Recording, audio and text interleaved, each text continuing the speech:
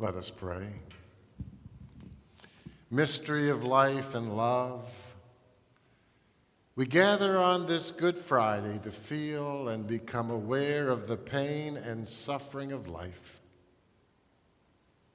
As we acknowledge the torture and execution of Jesus, a person of love, who for the sake of all creation refused to bow the knee to oppression and indifference, and gave his life as an investment in a better world to come. Your kingdom come. Your will be done. Give us the courage to be honest about the pain we so often ignore and push to the side. The pain of a world still suffering from the evils that diminish and extinguish life. The eradication of species. The death of coral reefs and rainforests and the melting Arctic. The cruelty of leaders who persecute and kill their own people to stay in power. Economic systems that reward the few at the expense of the many. And the racism that permeates all societies and opens doors for some while closing them for others. And help us to feel our own pain today. Our own experience of pain and loss, of suffering and death. The limits and unfairness that life often brings our way. As we dare to be honest with ourselves, grace us with faith in Easter's promise of healing, redemption, new beginnings, and new life, so that our Friday crosses will become empty and our Fridays will become good. Amen.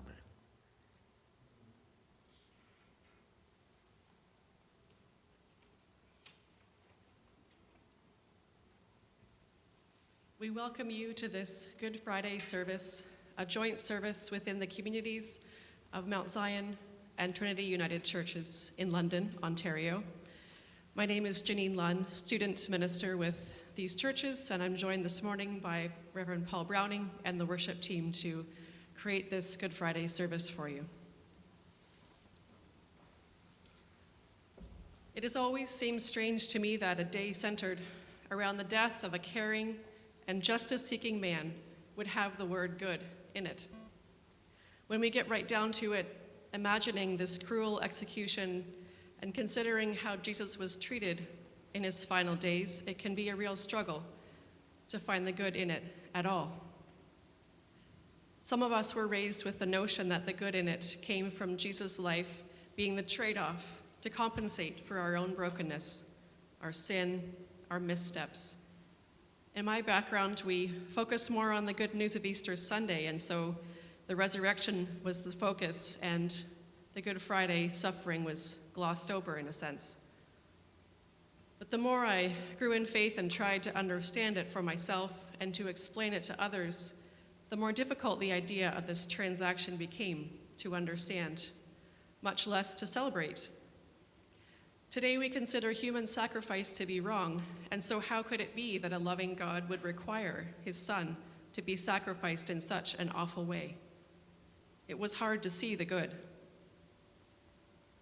So it brings me to reflect on the suffering and the nature of forgiveness that we see in the world, and to notice the people who persevere through danger to turn those tables on systems or within cultures. So this year when we speak of suffering, it brings to mind the medical workers who have persevered, risking their own wellness to be present to those who are ill or those dying of COVID, with only their medical team around to support them.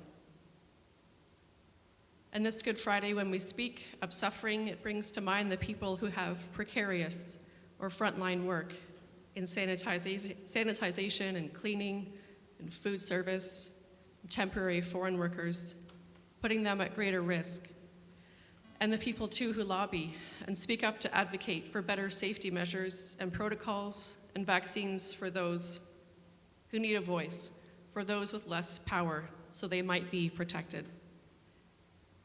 Today, when we think about suffering, it brings to mind those who speak up and those who stand up, continually fighting for true diversity and equity and inclusion in our communities, in our workplaces, in our churches, and work towards systemic change for the betterment of our creation that so badly needs it.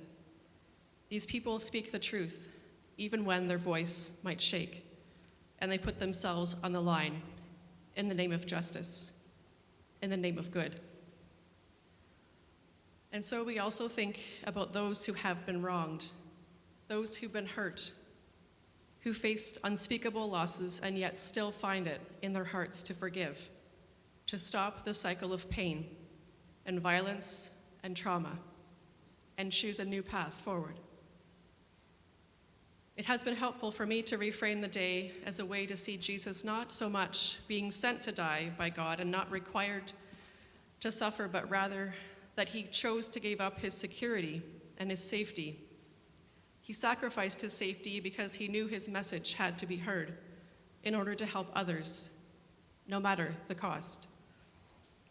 And so today we choose to honor and remember not as much the process of the death, but the way in which this man lived, that nothing could erase.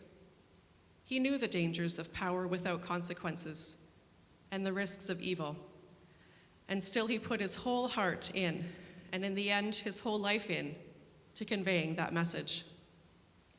Even until his last moments, he lived into that overarching message, summoning a loving spirit to forgive even those enemies who pursued him until the end. And that commitment to good has survived the centuries until the here and now.